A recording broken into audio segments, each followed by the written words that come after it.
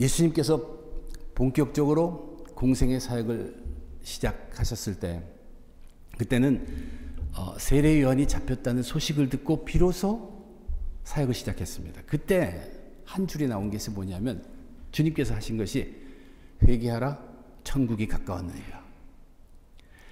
주님 사역의 가장 중요한 부분은 바로 이 천국 복음을 선포하고 천국 복음을 전하는 것이 주님 사역의 가장 핵심입니다. 그리고 나서 마태복음 4장 맨 마지막 부분, 또 오늘 9장 마지막 부분에 예수님의 사역을 정리해서 표현하는데 그 사역 정리의 내용이 똑같습니다. 우선 예수님은 회당에서 가르치셨다. 그리고 천국 복음을 전하셨다. 그리고 사람들의 약함과 병을 고쳐주셨다. 이 세 가지예요. 그래서 우리 흔히 늘 예수님의 사역을 교육의 사역, 그리고 복음 전파하는 사역, 그리고 선교 구제하는 사역 이렇게 나누기도 합니다. 그런데 그것보다는 예수님께서 회당에서 가르치셨다는 것은 예수님이 하나님의 아들이시지만 이 땅에 온 인간으로 모습으로 왔어요. 회당에서 가르치셨다는 것은 인간으로서 자기가 다 마땅히 하나님을 향해서 해야 할 책임, 예배를 드렸다는 얘기입니다. 가르치셨다가 따로 나오지 않습니다. 늘 회당에서입니다. 그러니까 하나님 앞에 예배를 드렸다는 얘기예요. 그들의 예배는 거기에 반드시 강론이 있습니다. 말을 가르치는 것이 당연히 하나님의 아들인데 구약의 말씀을 가르치셨어요. 자기의 책임을 다하시고 이제 가장 중요한 천국 복음을 전파하시는 것을 하셨습니다. 그게 5장, 6장, 7장에 보면 팔복을 비롯해서 산상수훈, 산 위에서 강의하신 설교 내용입니다. 그리고 나서 가는 곳마다 거기에 있는 불쌍한 사람들, 가난한 사람들, 연약한 사람들, 병든 사람들을 고쳐주셨다는 얘기예요. 역시 예수님의 사역은 그 중심이 천국 복음을 전하는 것이었습니다. 그런데 이 9장의 마지막에 이 예수님의 사역을 그렇게 정리하시고 나서 그 사역의 결과를 기록해 놓고 있어요. 이렇게 주님께서 사역을 하고 나서 그 결과를 어떻게 기록했냐면, 무리를 보시고 불쌍히 여기시니 이는 그들이 목자 없는 양과 같이 고생하며 기진함이라. 예수님께서 그때까지 사역을 다 마치고 보니까 이 무리들이 너무 불쌍하다는 얘기예요. 그것이 결론입니다. 사역의 결론이에요. 이것이 사역을 통해서 느끼신 예수님의 마음입니다. 예수님께서 불쌍하게 느끼신 이유를 설명을 하기를, 목자들이 없어서 그들이 방황하는 사람들, 길을 잃고 방황한다는 얘기예요. 뭔가 살긴 사는데 방향이 없는 것 같고 방향이 틀린 것 같고 목적이 없는 것 같고 목적이 틀린 것 같은 그런 방황한 삶을 살고 있다는 것을 주님이 발견하시고 그들을 참 불쌍히 여기셨다. 우리는 지금 마태복음을 계속 읽어오면서 8장과 9장에 왜 주님이 그들을 불쌍히 여겼을까? 금방 이해할 것 같습니다. 왜냐하면 그 사람들이 불쌍한 삶을 살았으니까. 문둥병자들이에요. 중풍병자들이에요. 귀신 들린 사람들이 그렇게 많고, 혈루병으로 오랫동안 고생한 사람도 있고, 안 못 보는 사람들, 듣지 못한 사람, 말 못하는 사람들, 장애인들, 사회적으로 버려진 채로 사는 사람들을 우리는 생각만 해도 보면 불쌍합니다.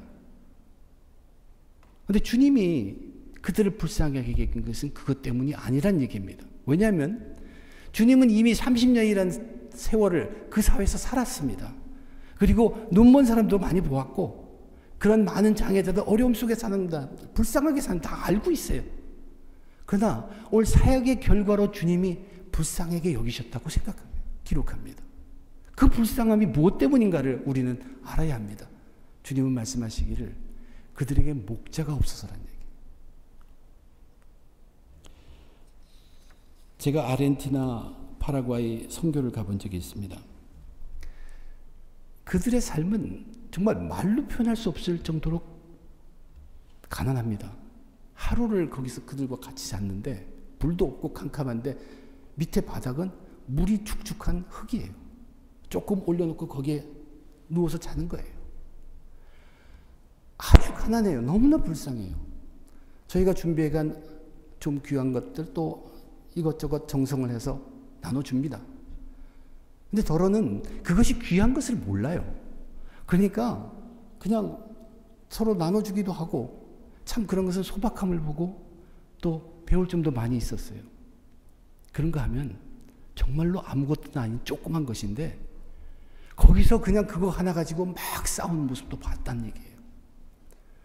돌아오면서 마음이 그들이 사는 처한 환경, 그들이 가난하게 사는 것이 불쌍한 것이 아니라 그들이 기준 없이 살아가는 것, 그냥 하루하루 그때 살아가는 그 모습이 너무나 안타깝게 들어왔습니다. 그 전의 모습보다 그들을 그 후에 겪고 나서 그들이 기준 없이 살아가는 것, 방향 없이 살아가는 것 같이 느껴져서 마음에 굉장히 안타까움이 있었습니다. 주님께서 무리들을 향해서 느끼신 불쌍함이 무엇인가? 이 9장을 마지막 결론 지면서 그 앞에 오늘 두 가지 이야기를 들려줬는데 굉장히 이것이 대표적인 사건으로 왜 예수님께서 불쌍함을 느끼셨나를 알려주는 이야기입니다. 두 가지 이야기. 첫째에게는 두 맹인이 예수님 앞에 와가지고 그 눈을 뜨게 됩니다. 또 하나의 이야기는 귀신 들려서 말 못한 사람이 입을 열고 귀신이 쫓겨나갔습니다. 근데 거기에 있던 사람들의 반응을 기록한 이야기입니다.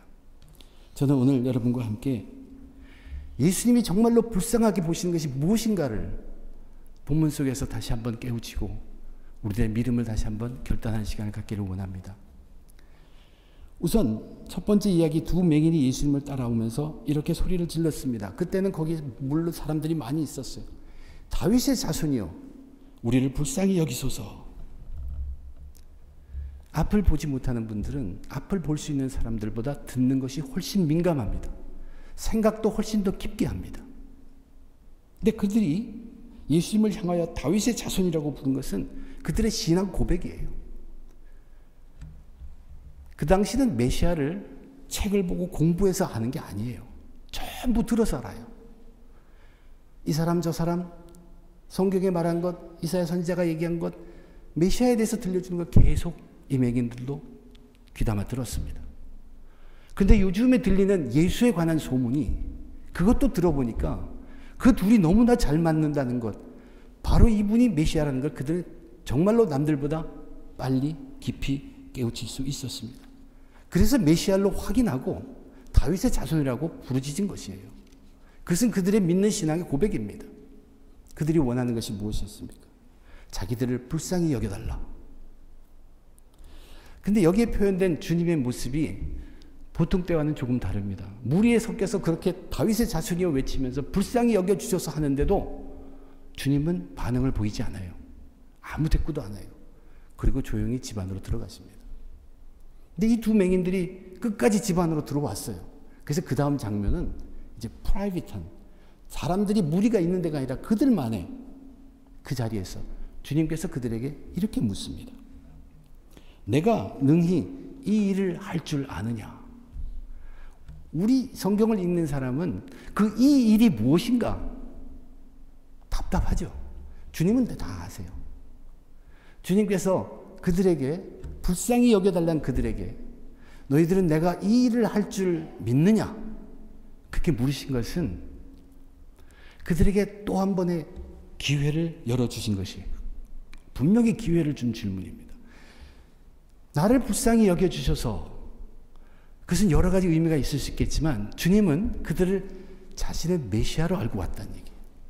메시아가 줄 수 있는 엄청난 축복이 있습니다. 그것은 바로 구원의 은혜를 베풀어 주는 것이에요.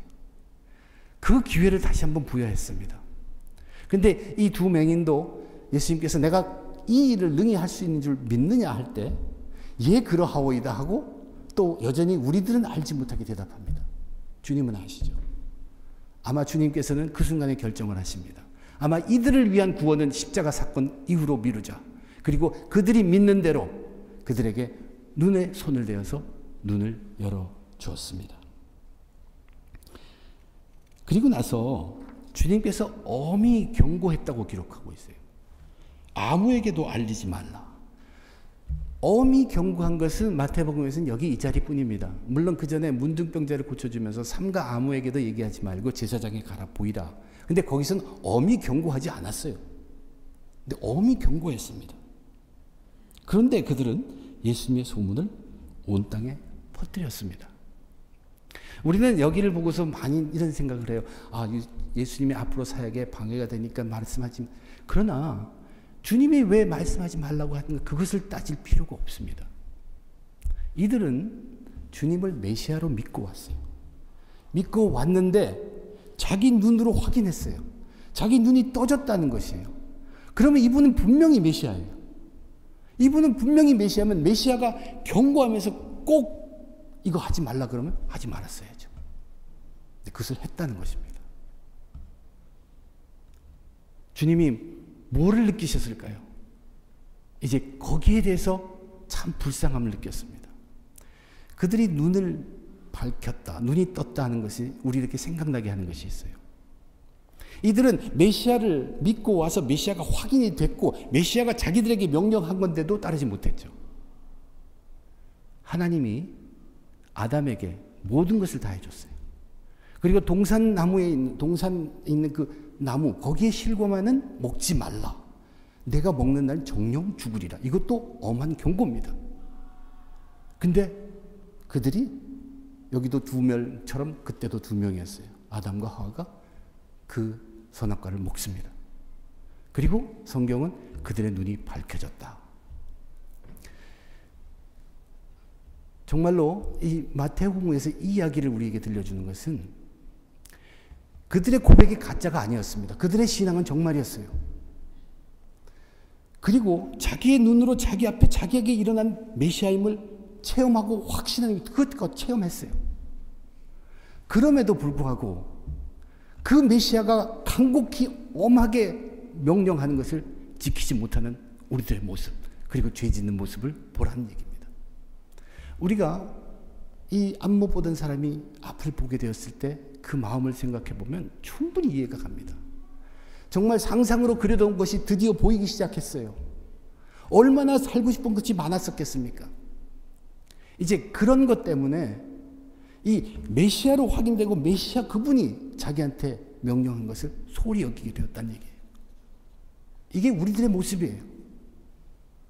주님께서 그 눈이 멀었던 맹인들을 고쳐주셨지만 먼저 그 눈이 멀었다는 것을 보시고 맹인이라는 것을 아시고 불쌍히 여기셨습니까? 아닙니다. 그에게는 더 큰 구원의 축복, 은혜의 축복이 분명히 와 있는데도 그것도 모르고 넘어갔고 그뿐만 아니라 이제 꼭 지키라는 메시아의 그 명령마저도 그들은 소홀히 여길 수밖에 없는 그들의 모습, 죄인된 모습, 죄인의 모습을 보시고 불쌍하게 여겼어요. 이유는 목자가 없기 때문에 그래요. 어떻게 살아야 할지 그들의 영혼을 바르게 이끄는 목자가 없기 때문에 그것이 주님께는 너무나 불쌍했습니다. 눈이 멀었다는 사람 그 자체가 불쌍한 것이 아닙니다. 영적으로 어두운 속에 죄 속에 갇혀서 사는 그 모습을 보시고 주님은 그들을 불쌍하게 생각하셨습니다. 두 번째 이야기는 조금 다른 이야기입니다. 예수님께서 귀신이 들려 말 못하는 사람을 고쳐주셨어요. 그런데 이 이야기에 보면 귀신 들린 사람이 말 못한다, 그 사람을 불쌍하게 여긴다는 그런 생각을 느낄 수도 없도록 당사자에 대해서는 조금도 기록하지 않습니다. 더 이상. 많은 사람들이 그 일이 벌어진 것을 보고서 이스라엘에서 이런 일을 본 적이 없다고 놀랐어요. 그런데 거기에 있는 바리새인들, 그들이 이 일을 보고 예수님을 비난을 합니다. 그들의 비난은 예수님께서 귀신의 왕을 의지해서 그 귀신의 왕의 힘에 의지해서 귀신을 쫓아냈다고. 바리새인들은 자기들이 가장 spiritual person, 영적인 사람들이라고 얘기하고 영적인 얘기를 했죠. 얼마나 틀렸습니까? 하나님 아들이 영의 세계를 지배하고 다스리는 그분 앞에서 그렇게 얘기하고 있었습니다. 주님이 이 두 번째 이야기 속에서 누구를 향하여 불쌍함을 느꼈겠습니까? 귀신 들려서 말 못하는 사람보다는 이 바리새인을 향해서 주님은 불쌍함을 느꼈습니다.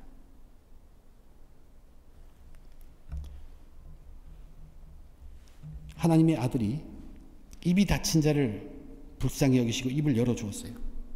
그런데 이 바리새인들은 자기들이 입이 열려 있는 것으로 가지고 그 입으로 하나님의 아들을 모독했습니다. 그들의 눈은 열려 있지만 그들의 영적인 눈은 완전히 어둠 속에 닫혀져 있었습니다. 그들도 목자가 없었기 때문에 그래요. 그들의 영을 이끄는 것이 잘못 가고 있었습니다. 바리새인은 어떻게 보면 예수님이 치유하신 것을 인정한 것이에요. 그러나 그들은 질 수가 없었습니다. 자기 교만을 포기하지 못했습니다. 그들은 자기들이 가장 죄 없는 사람들이라고 자부했었어요. 그러나 하나님 앞에서 가장 큰 죄를 범하고 있으면서도 당당했습니다. 그것이 예수님께는 너무나 불쌍하게 보였습니다. 이 똑같은 이야기가 12장에 가면 또 나옵니다. 근데 거기서는 예수님께서 조목조목 이 바리새인들을 꾸짖습니다. 근데 여기서는 그렇게 안 해요. 불쌍하기 때문에. 그들이 너무 불쌍해서 여기서 끝났습니다. 근데 당시에 당시의 사람들은 이 바리새인을 생각하면서 불쌍하다고 생각하는 사람 아무도 없었습니다. 그러고 보면 예수님께서 불쌍히 여기신 것은 단지 세상적으로 어렵고 가난하고 병들렸다 그것도 아닙니다. 당시에 그 바리새인들 그들도 주님은 여전히 불쌍히 여기셨기 때문입니다. 주님이 사람들을 보시고 불쌍히 여기신 것은 그들의 물질적인 육체적인 그 불쌍함 때문이 아니었고 그들이 영적으로 헤매고 있고 어둠 속에 갇혀 있고 죄에 붙들려 매여 있는 그것이 불쌍히 보였다는 얘기입니다. 목자가 없었기 때문입니다. 이제 마지막 단락에서 예수님께서 그러면 그 일을 어떻게 해결할 것인가? 그것에 대해서 또한 제안을 하십니다. 자기 제자들에게 결국은 기도하라고 얘기합니다. 이렇게 말씀하셨어요. 이에 제자들에게 이르시되 추수할 것은 많되 일꾼이 적으니 그러므로 추수하는 주인에게 청하여 추수할 일꾼들을 보내주소서 하라 하시니라. 추수한다는 것은 거두어 드리는 것을 말하고 이 추수는 바로 영혼의 구원함을 이야기합니다. 건져내는 것이에요. 죄 속에서 허덕이고 캄캄한 속에서 갈 바를 알지 못하면서 자기들 나름대로 살고 있는 그들을 불쌍히 여기시고 그들로 거기서부터 건져주시기 위함이셨습니다. 그들의 영혼이 갈 길을 잃고 방황한 것이 불쌍했고 그들에게는 영혼을 바른 길로 인도할 목자가 반드시 필요함을 알았어요. 추수할 것은 많다고 했습니다. 오늘도 본문을 보면 육체적으로 피곤하고 가난하고 병든 사람도 불쌍하게 여겼지만 이 세상에 떵떵거리면서 당당하고 사는 바리새인도 불쌍하게 여겼습니다. 모든 인류가 다 추수할 대상이었습니다. 죄를 모르고 어둠 가운데서 거하면서 헤매고 있는 그 모든 사람들 주님은 불쌍히 여기시고 온 인류를 추수의 대상으로 삼으셨습니다. 그래서 이 땅에 오셔서 십자가를 지신 분이십니다. 추수하는 주인은 하나님이죠. 추수할 일꾼은 이 일을 감당하는 자들입니다. 주님의 제자들은 이 일꾼으로 무장되어야 한다고 기도하라고 하셨습니다. 제자들이 성령으로 무장되어서 팔복의 세계의 주인으로 이 땅에 오신 예수님을 전하는 것, 천국의 복음을 전하는 것, 이것이 이 땅에서 하나님 나라를 확장하는 것이고 그것이 가장 귀한 사역이라고 주님은 저와 여러분들에게도 지금도 알려주십니다. 오늘은 우리가 어린이 주일로 기념하고 또 5월은 가정의 달입니다. 저와 여러분 우리들 각자의 가정에 예수님께서 오시면 예수님은 우리를 어떻게 보실까요? 집 하나 마련 못하고 끙끙대면서 고생하는 그 삶을 보고 불쌍히 여기실까요? 학자금, 모기지 갚느라 쉬지도 못하고 열심히 뛰는 것을 보시고 예수님께서 불쌍히 여기실까요? 예수님이 참으로 불쌍히 여기실 것은 목자가 없는 가정입니다. 예수님이 보시는 것은 영혼의 구원함과 영혼의 강건함입니다. 예수님을 목자로 삼는 가정이 되어야 합니다. 해결책은 예수님께 있다는 얘기예요. 가정의 구원을 위해서 누구라도 추수하는 일꾼이 되어야 합니다. 가정의 목자 되시는 예수를 심어야 합니다. 자식이 부모의 구원을 위해서, 형제의 구원을 위해서, 또 부모가 자식의 구원을 위해서, 영혼 강건을 위해서 전심을 다해야 할 것이 마땅합니다. 세상에서 떵떵거리며 살지 못해도 구원받은 영혼들의 가정을 예수님은 정말로 기뻐하십니다. 목숨보다 귀한 구원이라고 얘기했죠. 우리 교회에 예수님께서 지금 오신다면 어떻게 여기실까요? 힘없는 교회, 작은 교회라고 주님은 불쌍히 여기지 않습니다. 우리 교회가 세상에서 잘 사는 비결, 그러한 복을 안겨주기 위해서 존재하는 교회라면 주님은 분명히 불쌍히 여기실 것이에요. 더 크게 되려고 사람 더 많이 모으려고 존재한다면 주님은 여전히 불쌍히 여기실 것입니다. 서로 일주일마다 한 번 만나서 편안하게 세상 즐거움 나누기 위한 그런 교회라면 아주 불쌍히 여기실 것입니다. 이곳에서는 추수할 일꾼들이 계속 넘쳐나야 합니다. 살아있는 천국 복음의 말씀이 항상 전파되어서 신실한 말씀의 종들이 여러분 다 돼야 합니다. 그래서 여러분들이 어디에 가든 그곳에서 예수님을 목자로 세우는 삶을 사셔야 합니다. 그래서 천국을 계속 확장시켜 나갈 수 있도록 추수할 일꾼들을 계속 생겨나게 하는 교회가 되어야 합니다. 하나님은 이 세상을 향해서 끊임없이 메시지를 전하고 계세요. 하나님께서 우리들에게 전해주신 메시지는 이제 점점 더 강해진다는 것을 우리 모두가 느끼고 있고 점점 더 자주 그 메시지가 온다는 것을 우리 모두 다 알고 있습니다. 우리는 그러한 메시지를 통해서 하나님의 표정을 읽을 수 있어야 합니다. 하나님이 지금 어떤 표정을 하고 있는가? 이 세상을 향하여. 온 세상을 대신해서 재난을 당하고 있는 네팔에 일어난 대지진의 난민들. 분명히 예수님은 그분들을 불쌍히 여기시고 감싸 주실 것이에요. 그러나 예수님께서 더 불쌍하게 여기는 사람들은 어떤 사람들이냐면 그렇게 전해지는 하나님의 메시지를 귀가 있어도 듣지 못하고 눈이 있어도 하늘 한번 쳐다보지 않고 입이 있으면서도 그 입에 하나님의 말씀을 조금도 담지 못하는 그러한 자들, 그러한 세상 사람들을 예수님은 분명히 더욱 불쌍히 여기실 것입니다. 저와 여러분, 우리들은 기도해야 합니다. 우리들은 이미 택함받은 사람들이에요. 우리들은 추수할 일꾼들입니다. 목자 없는 내 삶이 되지 않도록, 목자 없는 내 가정이 되지 않도록, 목자 없는 교회가 되지 않도록, 목자 없는 이 세상이 되지 않도록 저와 여러분, 우리들은 예수 그리스도 안에 있는 팔복의 세계 안에서 소금과 빛이 되어야 합니다. 말씀과 성령으로 하나님 나라를 내 안 저 깊숙이 거기서부터 땅끝까지 펼쳐나가야 합니다. 저와 여러분, 충실한 추수하는 일꾼들이 되어서 하나님께 영광 돌리시는 저와 여러분 되시기를 주님의 이름으로 축원드립니다. 기도하겠습니다.